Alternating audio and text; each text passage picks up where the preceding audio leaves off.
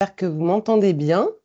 Alors, je suis Blandine Mercier, la cofondatrice d'Hello Masters, et aujourd'hui, on vous propose le premier épisode de Virage. Donc, Virage, ça va être un format qui va être dédié aux grands enjeux de la seconde partie de carrière. Avec chaque édition, l'idée, c'est de mettre en lumière des trajectoires qui illustrent comment l'expérience peut être un levier stratégique face aux évolutions du monde du travail.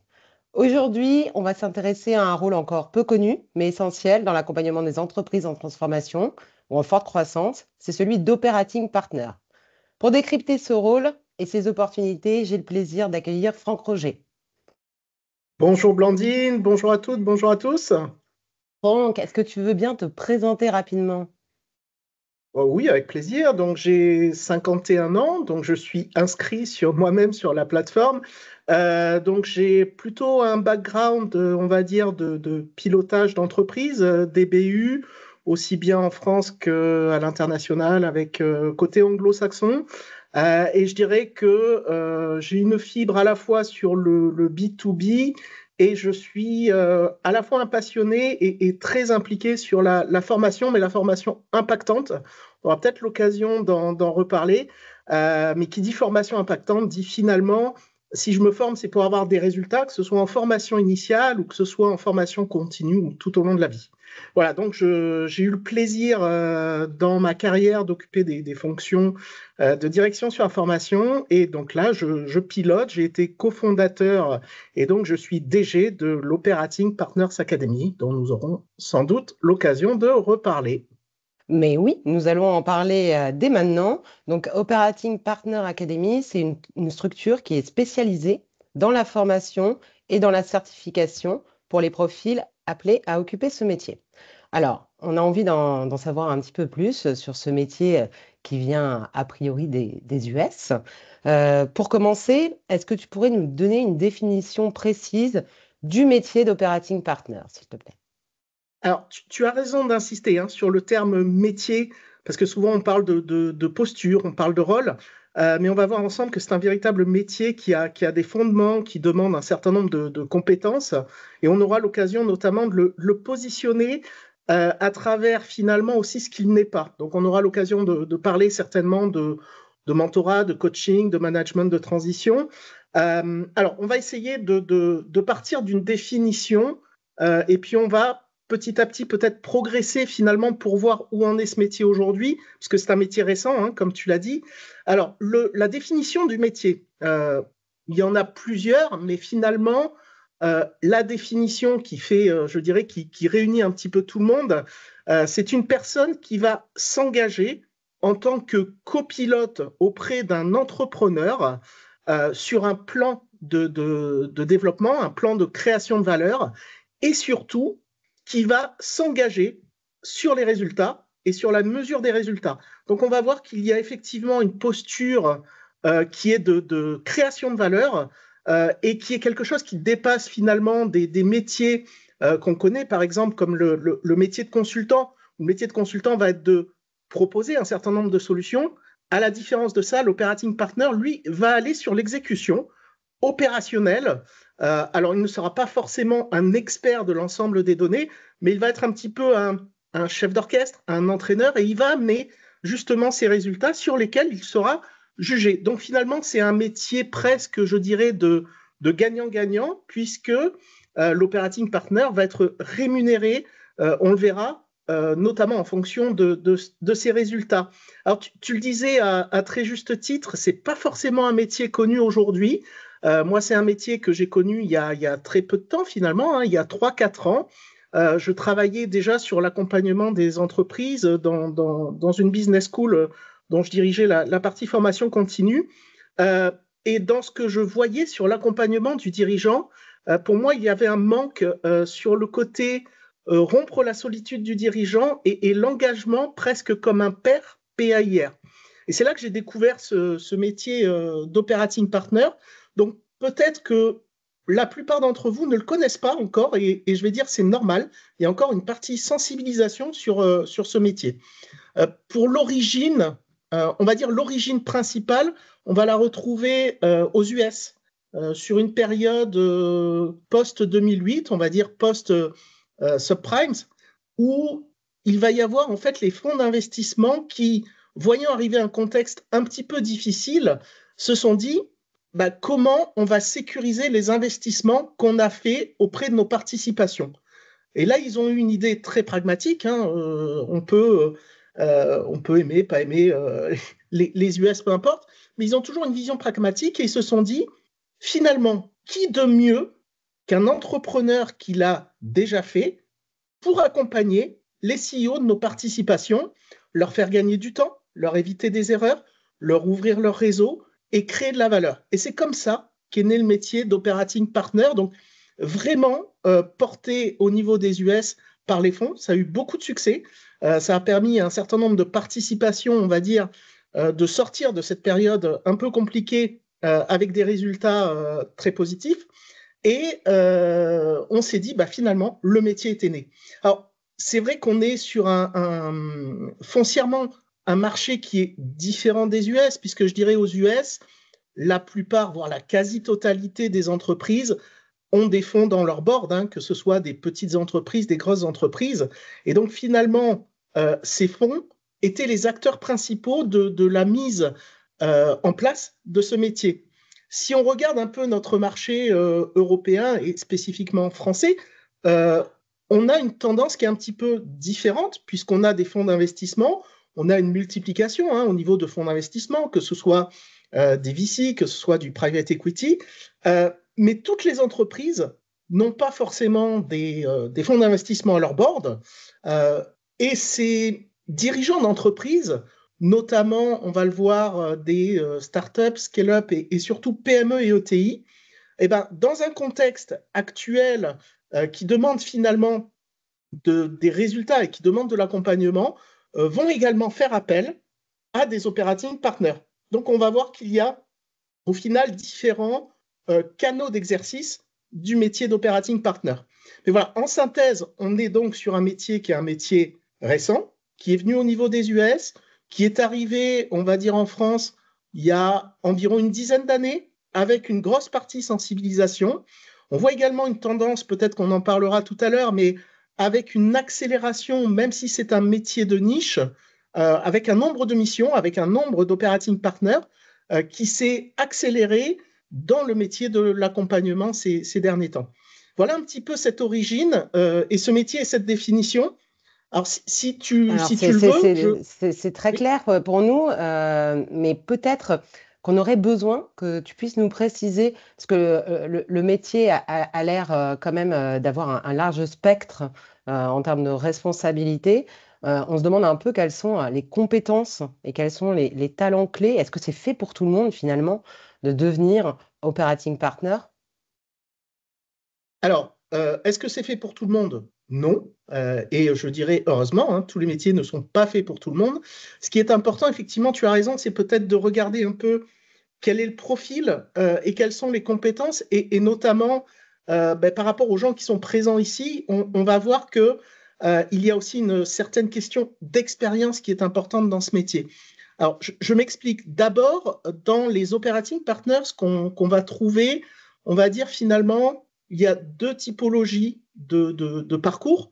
La première partie, on va dire, ce sont des entrepreneurs qui ont vendu leur boîte, qui n'ont pas envie de remonter une boîte, hein, que ce soit pas envie de remettre du temps sur du développement RH, etc., etc., mais qui ont envie de transmettre, on va dire, de rester dans la création de valeur, pas forcément que sur du mentorat, mais d'être vraiment sur cette création opérationnelle. Donc ça, c'est la première catégorie, on va dire, d'operating partner. La deuxième, qu'on voit également beaucoup, ce sont en fait des cadres dirigeants qui, arrivés à une certaine partie de leur carrière, hein, souvent vers 45, 50 ans, voire un peu plus, ont eu des carrières avec plusieurs rôles, plusieurs compétences, et finalement se retrouvent dans des positions où ils ont l'impression de ne plus créer de valeur, de passer plus de temps, on va dire, en reporting, de passer plus de temps à discuter en interne que finalement à créer cette valeur. Et donc, on voit une tendance pour ces gens, notamment dans la reconversion, pour ces profils de très haut niveau qu'on va retrouver dans les masters chez toi, à se dire, finalement, qu'est-ce que j'ai envie de faire? Ce que j'ai envie, c'est peut-être de remettre les mains dans le cambouis, de recréer de la valeur, de transmettre, de faire gagner, on va dire, en intérêt, en valeur des entrepreneurs. Et là, on va retrouver effectivement ces operating partners. D'ailleurs, dans ce que tu disais au niveau, on va dire, des personnes qui sont operating partners, nous, on le voit dans les promotions qu'on a formées à l'académie. La moyenne d'âge, en fait, est souvent entre 47 et 60 ans.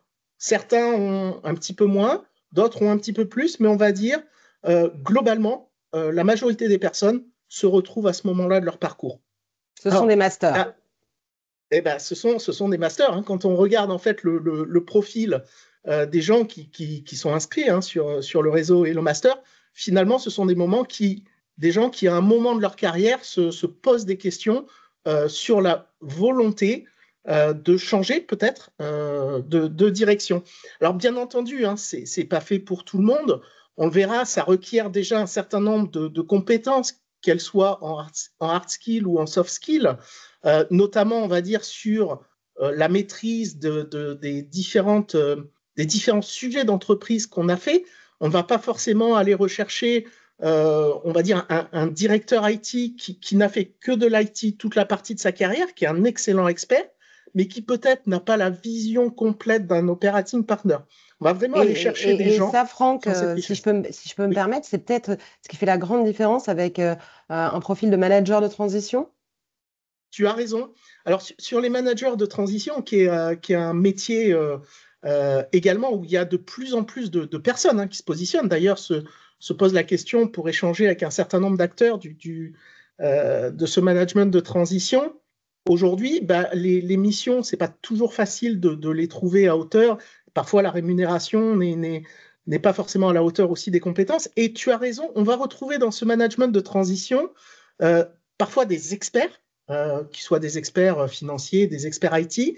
Et la différence finalement avec le métier d'operating partner, c'est que ce sont des gens qui ne vont pas créer le plan de valeur et s'engager sur les résultats, mais la plupart du temps, qui vont avoir une mission déterminée avec des points particuliers à réaliser sur cette mission. Donc on est vraiment sur une mission effectivement limitée dans le temps, d'experts, mais à la différence de l'operating partner qui va s'inscrire avec l'entrepreneur pour co-créer le plan de création de valeur et surtout l'exécuter en le basant sur des résultats.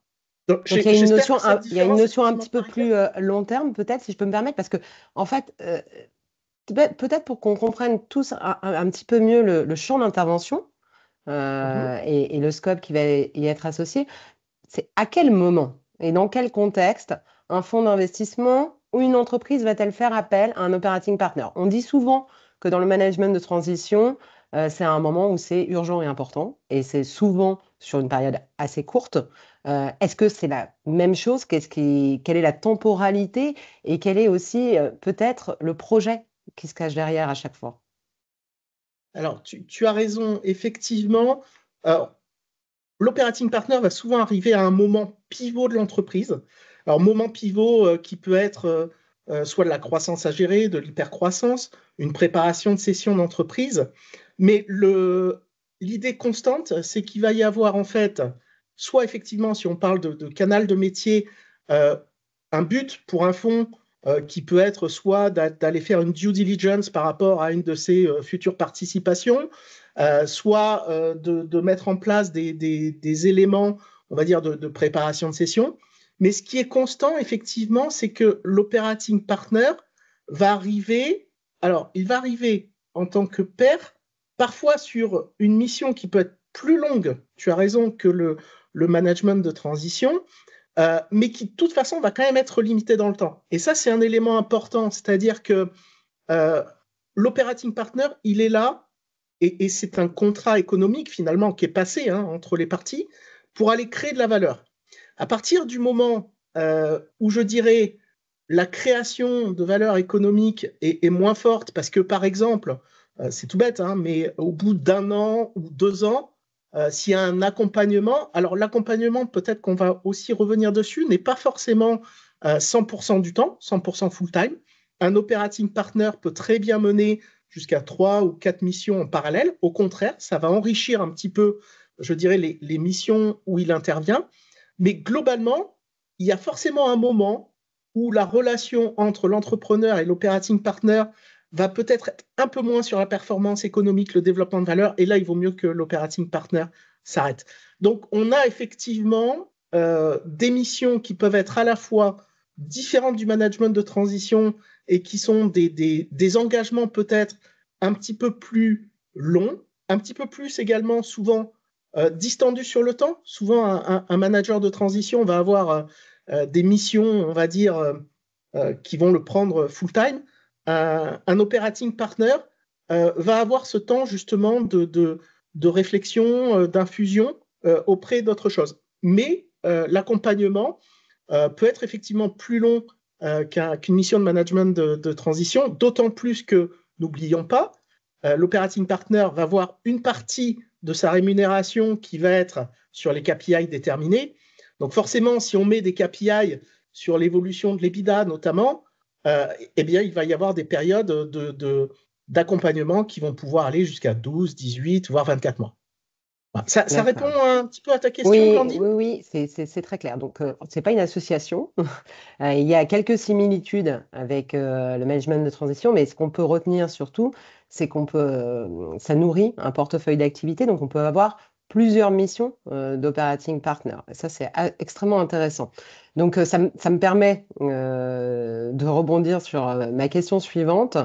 Même si tu nous as déjà donné des éléments de réponse, mais en quoi, alors que ça reste un marché de niche, hein, donc il y a quand même pas une offre et qui va être énorme, il y a des enjeux de formation derrière, on en parlera après, mais en quoi tu te dis que c'est une opportunité particulièrement intéressante pour les masters qui sont réunis aujourd'hui?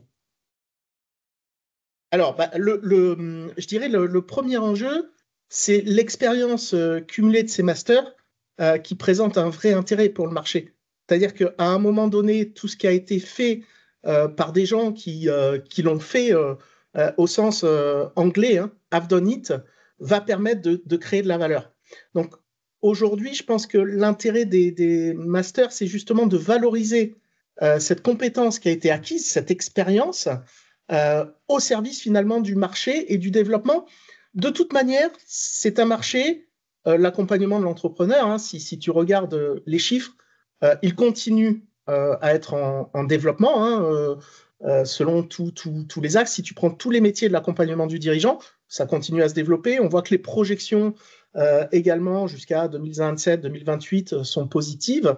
Et sur cet aspect, je dirais, spécifique de l'operating partner, je pense que ce qui va faire la différence pour les masters, c'est justement de mettre cette expérience au service de l'entrepreneur pour co-créer. C'est-à-dire que là, ils reviennent, je pense, enfin pour ceux que ça intéresse, hein, dans le sens de la construction et de la création de valeur. Donc pour nous, typiquement, effectivement, bah, les masters ont de manière, on va dire de manière assez importante, ce type de compétences qu'on va aller rechercher qui sont nécessaires pour exercer le métier d'operating partner. Bah, très bien, donc je pense que c'est une aventure qui paraît extrêmement séduisante. Maintenant, comment on s'y prend pour devenir operating partner concrètement? Est-ce que on doit postuler à des offres? Est-ce qu'il y a des offres sur le marché? Est-ce que c'est nécessaire d'avoir une formation sur le sujet? Est-ce que tu peux nous éclairer sur ce point? Bien sûr, alors si on prend aujourd'hui, on va dire, la situation concrète, on a un certain nombre de personnes, hein, je crois de mémoire, c'est plus de 1500 qui vont s'autoproclamer operating partner, notamment sur les réseaux sociaux. Donc, on voit qu'il y a une hétérogénéité finalement des gens qui vont se dire operating partner. La grosse difficulté pour exercer et réussir dans le métier d'operating partner, alors, il y en a plusieurs. Je vais quand même parler d'une, c'est qu'il y a une transformation de posture. On ne peut pas devenir operating partner quand on a été, on va dire, soit entrepreneur, soit dirigeant à haut niveau, sans transformer la posture. On aura l'occasion d'y revenir. Nous, on le voit sur les 10 dernières années, la plupart des gens qui ont échoué sur le métier d'operating partner, la cause venait vraiment de la posture, parce qu'aller travailler en copilotage, c'est complètement différent de la position d'entrepreneur ou de cadre dirigeant. Donc ça, je dirais, c'est le premier écueil. Deuxième chose qui est très importante, alors aujourd'hui, pour être operating partner, que ce soit sur le canal, on va dire, des fonds d'investissement qui ont ces besoins, qui ne salarient pas forcément les operating partners. Hein. Ça, on pourra peut-être en reparler. Il y a beaucoup d'idées reçues en se disant la majorité des operating partners sont salariés de fonds. C'est pas vrai. Donc, on pourra en reparler si tu veux. Mais pour revenir précisément à ta question, un bon operating partner, c'est aussi celui qui va trouver des missions.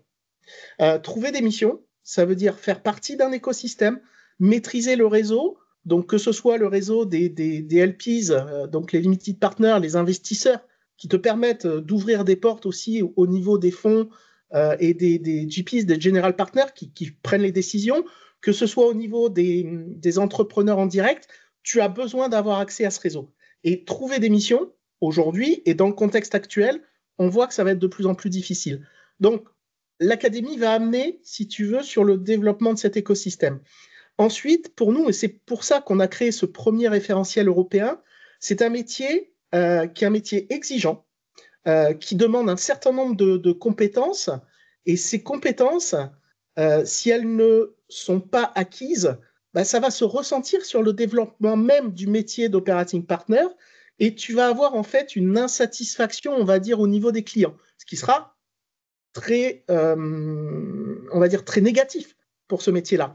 Donc, on a en fait une conjonction à la fois du marché où le rôle d'operating, le métier d'operating partner devient de plus en plus prisé, on va dire, par les donneurs d'ordre, hein, mais également où ces mêmes donneurs d'ordre vont devenir de plus en plus exigeants, vont demander des gens qui sont immédiatement opérationnels, d'où l'intérêt d'une formation qui ne soit pas une formation théorique, mais sur laquelle on a ce changement de posture et ce côté opérationnel au premier jour. Donc finalement, nous, l'idée qu'on a, c'est que même si aujourd'hui, on peut s'autoproclamer operating partner, hein, il n'y a pas une marque operating partner, bah, cette notion de certification va être un accélérateur business fondamental pour les operating partners dans les mois et les années à venir. Merci, c'est très clair. Donc, ce qu'on comprend, c'est que l'académie, elle permet à la fois d'obtenir une certification, de bien connaître les enjeux de ce métier, mais aussi d'avoir des missions. C'est ça. Alors, oui, alors, on n'est pas, hein, soyons clairs, c'est pas parce qu'on rejoint l'académie que le carnet de commandes va être plein et fourni par l'académie. Ça, c'est pas notre job. Par contre, notre job, c'est d'abord de bien préparer.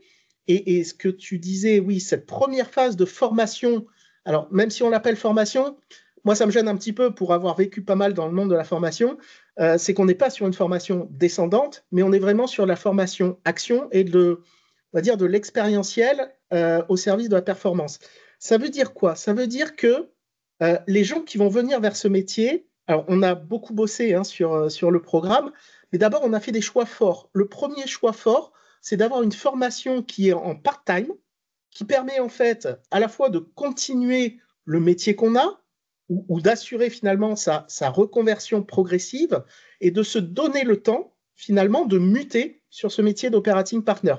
Également, et ça c'est important je dirais en termes pédagogiques, ça permet aussi de maturer cette évolution finalement de posture qui permet d'être plus efficace. Et ça Donc, prend à peu première près partie. combien de temps, cette partie-là? Alors, la formation dure 6 mois.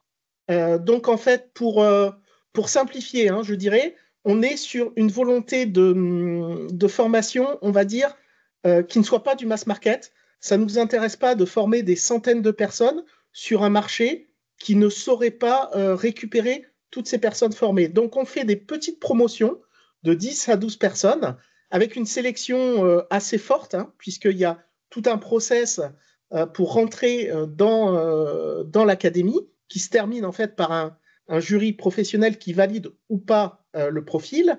Et en fait, on crée des toutes petites promos de 10 à 12 personnes volontairement. Pourquoi? Ça permet aussi de garder cet effet promo et de créer également de la valeur entre les gens qui ont rejoins l'académie. Et cette formation, si tu veux, en dehors de cette partie fondamentale de transformation de posture qui est le fil rouge, va permettre d'acquérir des compétences, parce qu'on n'a pas tous les mêmes compétences sur tous les sujets. On ne peut pas être expert dans tous les sujets.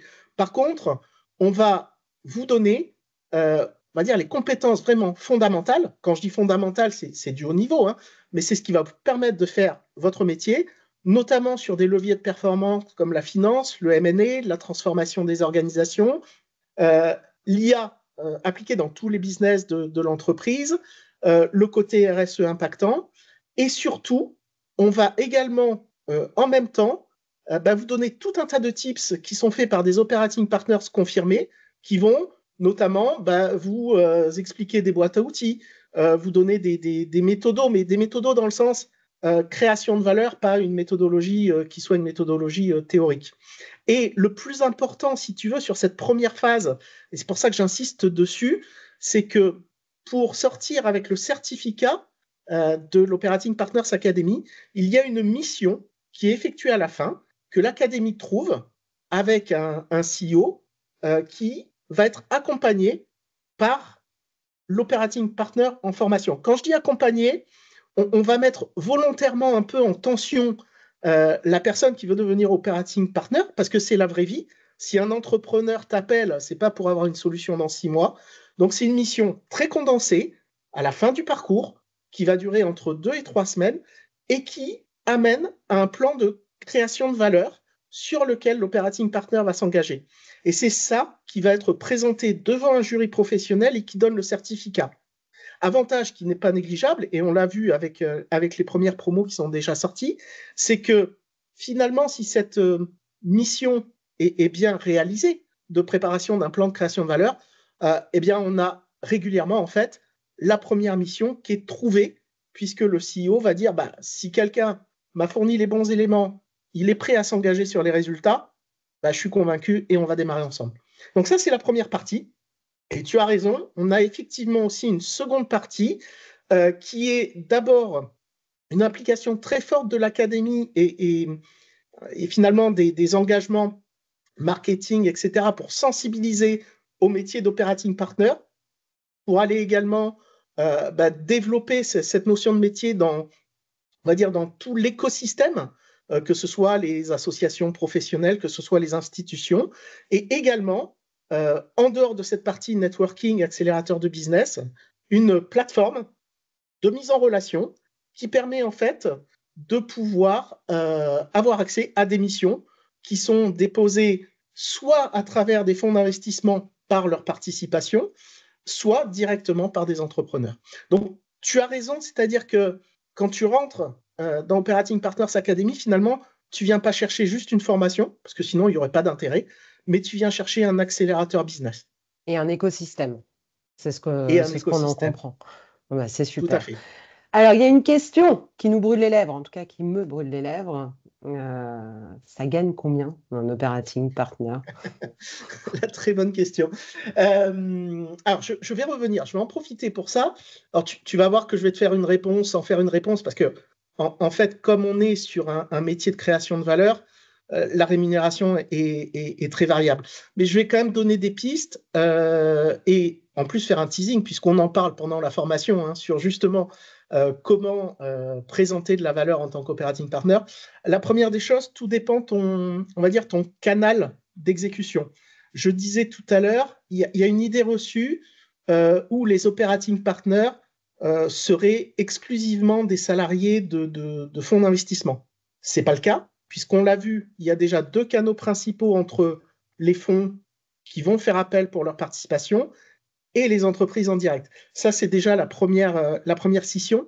La deuxième, c'est que les fonds d'investissement, et notamment dans le contexte économique qu'on a, ne vont pas forcément investir que sur des operating partners à temps plein, qui sont une charge de coût, hein, mais ils vont avoir peut-être, pour certains, une petite équipe d'operating partners, et la plupart vont soit compléter cette équipe existante par un recours à des operating partners reconnus, d'où l'importance, tu as raison, de l'écosystème, et également de plus en plus de fonds n'ont pas forcément des operating partners directement salariés temps plein, mais vont faire appel, pareil, sur la notion de réseau, de compétences, à des operating partners indépendants. Donc, c'est pour te dire qu'effectivement, tu as la première partie salariée que je mettrai de côté, parce que là, c'est d'abord pas la totalité du marché. Et ensuite, là, c'est une négociation, on va dire, de gré à gré. Maintenant, il y a un point déterminant pour répondre à ta question, c'est notamment la partie variable de l'operating partner. C'est-à-dire que contrairement à d'autres métiers qui peuvent être, entre guillemets, limités en termes d'income et de charges que je vais facturer parce que j'ai un TJM que j'ai annoncé à mon client, la partie variable de l'operating partner peut être une partie très conséquente, voire supérieure à la partie variable, à la partie fixe qu'il a déjà facturée. Donc ça veut dire que globalement, cette partie variable va faire augmenter de manière assez conséquente, en fonction de l'expérience du secteur, bien entendu, la rémunération. Maintenant, pour donner un élément et pour faire un petit peu de teasing, ce qu'on a l'habitude de dire, puisqu'on a un module justement spécifique pour les gens qui rentrent à l'académie pour devenir operating partner, globalement, en dessous de 1500 € jour, on considère que ce n'est pas forcément une rémunération qui soit intéressante pour un operating partner. Donc, on est plutôt sur une rémunération qui peut être une rémunération plus haute que certains métiers, mais qui est liée également à cette partie du résultat. Voilà. Ça répond à ta question. Alors, je sais que je ne peux pas Oui, complètement oui, te alors donner, tu vois, une grille, ça déjà, n'existe pas, hein. ce qui est rassurant, c'est que, en tout cas au sein de l'académie, tu vas accompagner les futurs operating partners aussi à structurer un peu leur offre pour cette partie-là. C'est un TJM, on a bien compris. Mais écoute, merci beaucoup, Franck. On a balayé pas mal d'aspects de l'operating partner. J'ai vu qu'il y avait pas mal de questions aussi dans la conversation, donc on va pouvoir en prendre quelques-unes. Ce que je vais faire aussi, c'est qu'on va partager dans la conversation un lien si vous souhaitez avoir plus d'informations sur l'Operating Partners Academy. Peut-être, Franck, il y a une question là et que je vois arriver. Combien coûte la formation Operating Partners Academy? Alors, l'investissement complet en intégrant ce que je t'ai dit sur la mission de fin, etc., c'est un forfait que vous trouverez sur notre site web qui est de 25 000 €. Et la chance qu'on va avoir, comme vous êtes des masters, c'est que tu proposes aux 10 premiers inscrits à cette formation un petit cadeau en plus. Oui, oui, tout à fait. Alors, c'est ce qu'on s'est dit pour les masters. Alors, on a mis en place ensemble une offre qui est réservée en fait pour les masters, c'est de vous permettre d'avoir accès en fait à un module de 3 heures très spécifique porté par un spécialiste de la perception de l'entrepreneuriat qui vous permet en fait de faire un bilan complet sur quelle typologie d'entrepreneur vous êtes, euh, quels sont vos leviers, qu'est-ce qui vous permet d'avoir accès aux résultats. Donc, c'est une formation action qui a une valeur de 750 € par personne et qui est offerte aux personnes qui s'inscriront pour une session au niveau d'OPA, d'Operating Partners Academy. Donc, les 2 prochaines promos ont lieu notamment à Lyon et à Paris, donc on aura l'occasion d'en parler. Et donc, pour les inscrits jusqu'au 30 mai, sur ces actions de formation OPA, nous leur offrons cette formation spécifique pour les masters qui aura lieu sur le mois de juin. Merci beaucoup, nous sommes très contents. Alors, je vous propose que nous passions aux quelques questions. Alors, il y a évidemment des questions sur la rémunération. Sur les 1500 € par jour, est-ce que ça inclut le variable ou c'est le fixe seul? Je ne suis pas la seule à avoir des questions sur la rémunération. Ben, bien sûr que tout le monde a des questions sur la rémunération. Il faut en fait mettre de côté cette notion qu'on a et cette vision de TJM qui est valable quel que soit le nombre, qui est valable parce qu'on va passer un certain nombre de jours. Alors, je ne vais pas rentrer dans la cuisine et en plus, c'est important dans notre formation, mais globalement, la bonne façon de vendre pour un operating partner, ça va être de vendre la première partie de la mission sur du forfait. Et donc, c'est pour ça que je ne voulais pas rentrer trop dans les chiffres. Les 1500 euros, la partie variable les fait augmenter de manière importante. Mais après, tout va dépendre de la durée et des résultats qui sont déterminés. Donc, c'est pour ça, si tu veux, que je ne voulais pas trop rentrer là-dedans. Je me doutais de cette question. Mais globalement, on voit que dans la rémunération, et c'est pareil, en fonction aussi du nombre de missions et de ce qu'on veut faire, ça peut être intéressant aussi, je pense, pour certains masters. Nous, on a des personnes qui veulent être operating partner, on va dire, à temps plein. Donc, en fait, finalement, toute leur rémunération va être dessus. D'autres vont vouloir faire quelques missions, notamment, alors ça, c'est un des participants à une des dernières promotions qui m'avait expliqué, lui cherchait à reprendre une entreprise. Sauf que reprendre une entreprise, c'est un process qui peut être assez long. Il faut sourcer l'entreprise, faut faire les bonnes LOI au bon moment pour récupérer les bonnes entreprises. Et en fait, cette personne m'a dit, moi, être operating partner, ça me permet de créer de la valeur, ça me permet effectivement de faire du business, mais ça me permet aussi et surtout d'être dans le réseau, proche des fonds d'investissement, proche des entrepreneurs. Et au final, puisque je suis dans cet écosystème, d'avoir accès, je dirais aux meilleures propositions de reprise d'entreprise. Donc en fait, c'est pour ça, si tu veux, que cette partie rémunération va vraiment dépendre de ton engagement et du temps que tu veux y passer.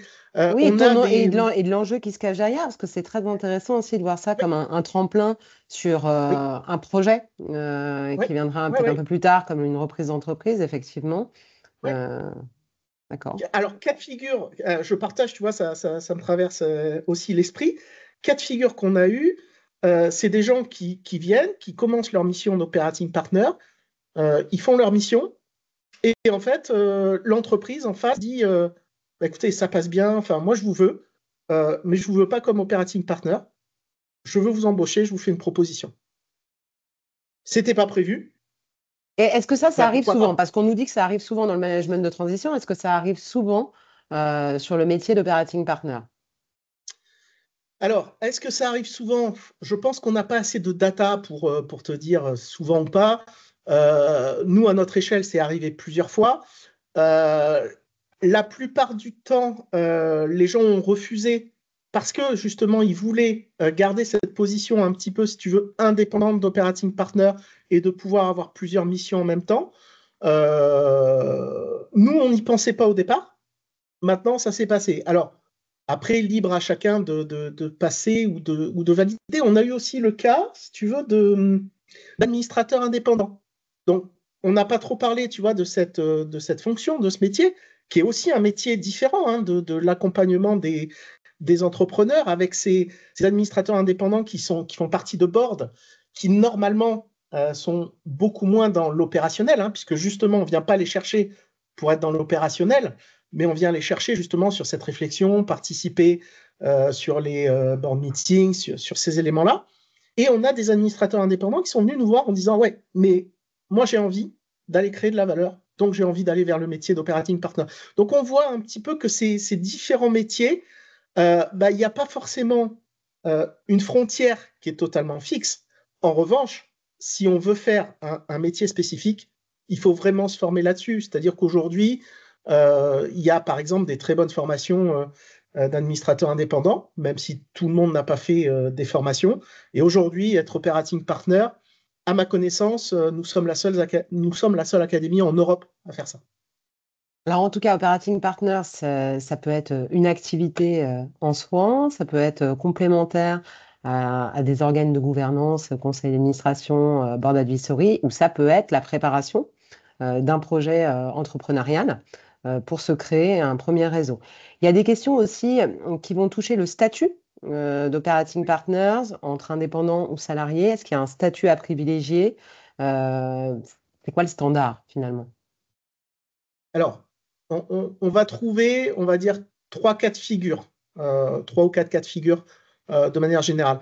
On va trouver soit effectivement des gens qui vont travailler avec les fonds d'investissement, donc ils peuvent être salariés ou ils peuvent être indépendants avec un contrat de prestation là-dessus. D'un autre côté, on va trouver, on va dire, pour les operating partners purement indépendants qui travaillent avec les entreprises ou qui peuvent travailler avec les fonds, on va dire deux typologies de structures. La première, c'est de dire effectivement une structure classique d'indépendant. Hein. Alors, peu importe le statut, hein, après, ça peut aller sur du portage salarial si vous n'avez pas beaucoup de missions, ça peut être sur une SAS, peu importe la structure juridique, mais on est sur un indépendant qui, entre guillemets, va chasser seul. Ce qu'on voit également comme tendance, c'est des volontés aussi de regroupement. Donc, il y en a peu encore aujourd'hui, mais on va trouver aussi des operating partners qui vont un peu s'associer sous forme de cabinet, un peu comme des avocats, où ils vont mettre en commun des moyens et ils vont mettre également le partage de la valeur. Donc, bien souvent, on a un double niveau, c'est-à-dire chacun ayant sa propre structure et une structure qui chapeaute un petit peu l'association. Voilà un petit peu on va dire les différents typologie de statut, mais on est effectivement sur quelqu'un qui, en règle générale, mis à part le côté salarié 100% du fonds, va avoir de toute manière un côté indépendant, une structure juridique qui va apporter les éléments. D'ailleurs, en fait, nous, on a souvent cette question pendant la formation également sur le contrat qui va lier l'operating partner à son client. Et donc, ce qu'on a Super, décidé parce que par... c'était la prochaine question. C'était sur les clauses de Ah, non-concurrence. Tu as anticipé.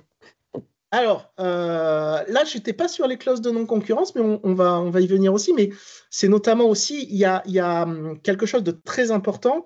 On disait l'operating partner, c'est un copilote. Donc, il ne doit pas devenir dirigeant à la place du dirigeant. Sinon, ça ne marche pas.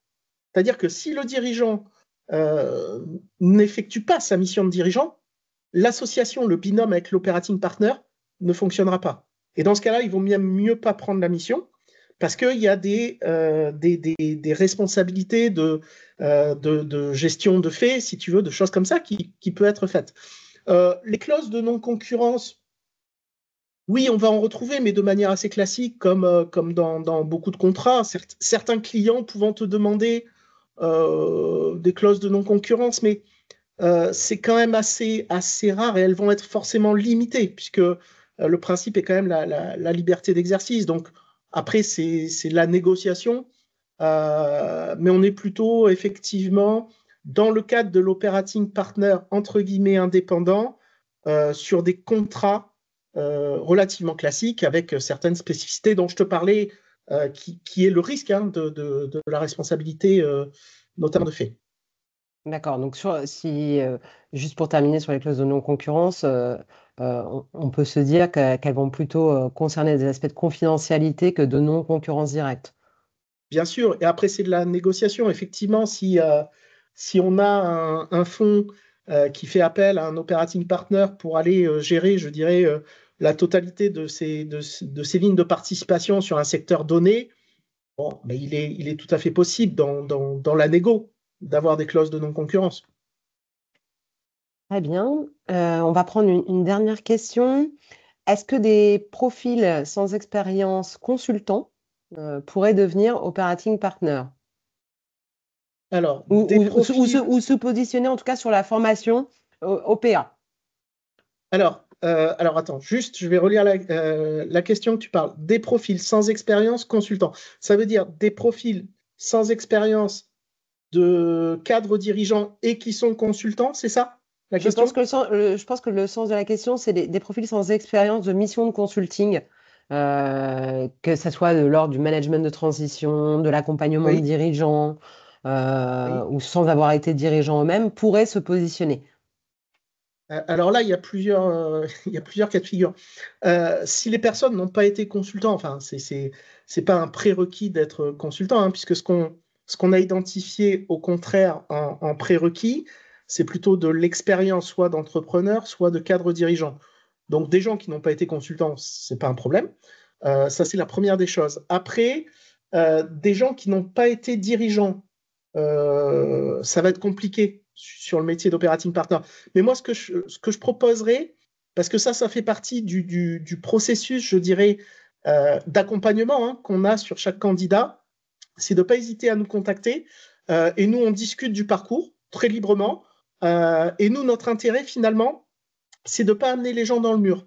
C'est-à-dire que si on voit qu'il y a, puisqu'on a travaillé sur un référentiel de 32 compétences, hein, sans rentrer dans les détails, si on voit que ce sera peut-être trop compliqué pour la personne de suivre la formation, ça c'est le premier sujet, ou si on voit que le profil sera finalement compliqué parce que même en ayant réussi la certification, la vision du marché sur son parcours pourrait poser problème pour lui pour avoir du business, on n'hésite pas à en parler en amont. Parce que nous, ce qui nous intéresse, c'est la satisfaction justement des gens qui vont au bout et qui après vont effectuer les missions. Donc moi, le conseil que je donnerais, parce que c'est très difficile comme ça de dire, voilà le prérequis exact qu'on veut, c'est de ne pas hésiter. Tu en parlais, je crois, tout à l'heure. Vous On avez a mis partagé un lien. On a partagé un un petit lien. formulaire voilà, de contact. Nous, on a deux personnes qui sont en charge justement du suivi à la fois des apprenants, des alumni, et on fait une petite visio d'une demi-heure par rapport à ça, et on regarde par rapport au parcours. Bah, extraordinaire. Donc, tu n'exclus pas, par exemple, des personnes qui auraient plutôt un parcours dans des cabinets de conseil en stratégie. Bah, je dirais qu'il y a quand même un sujet de l'avoir fait, l'ave done it. Mais il y a des profils qui sont dans ces cabinets, qui ont des expériences, finalement, qui ont déjà fait ce genre de choses, même sans l'avoir écrit. Donc c'est pour ça que nous, on est très pragmatique et on regarde vraiment par rapport à l'expérience spécifique de chacun. Eh bien, c'est super. Dernière petite question. Quelle est la valeur de la certification proposée par OP1? Alors, la valeur de la certification. Je vais essayer de répondre à plusieurs niveaux, parce que je pense qu'il y a plusieurs questions là-dessus. La première, et nous, c'est la plus importante, c'est la valeur économique, c'est-à-dire le placement. D'accord? Ça, pour nous, c'est le plus important. Maintenant, une fois qu'on s'est dit ça, bien entendu, on a validé le côté Calliope. Et pour ceux qui connaissent, on a également déposé auprès du ministère du Travail à travers France Compétences une demande de répertoire spécifique sur le titre professionnel. Donc ça prend beaucoup de temps, mais on a fini le processus et on attend cette certification. Voilà, parce que en fait, on ne peut pas, si vous voulez, par rapport à ce métier, ça ne dépend pas du ministère de l'enseignement. On est vraiment sur du côté professionnel. Donc, il y a des reconnaissances en fait de certifications et de titres qui sont pilotés par le ministère du Travail. Donc, je ne vais pas rentrer dans le détail. Ceux qui veulent, il n'y a pas de problème, on pourra échanger. Mais en résumé, gardez effectivement en tête que la première valeur et la plus importante pour nous, c'est la valeur économique et le succès. Mais on a effectivement déposé ce répertoire spécifique auprès de France Compétences et du ministère du Travail. Eh bien, c'est super. Écoute, merci beaucoup, Franck. C'était très intéressant. Merci à tous pour votre participation très active à ce premier épisode de Virage. Beaucoup d'autres épisodes à venir avec d'autres explorations sur des transitions, des transformations et finalement des virages qui font que la seconde partie de carrière est une grande aventure. À très bientôt. Merci, au revoir.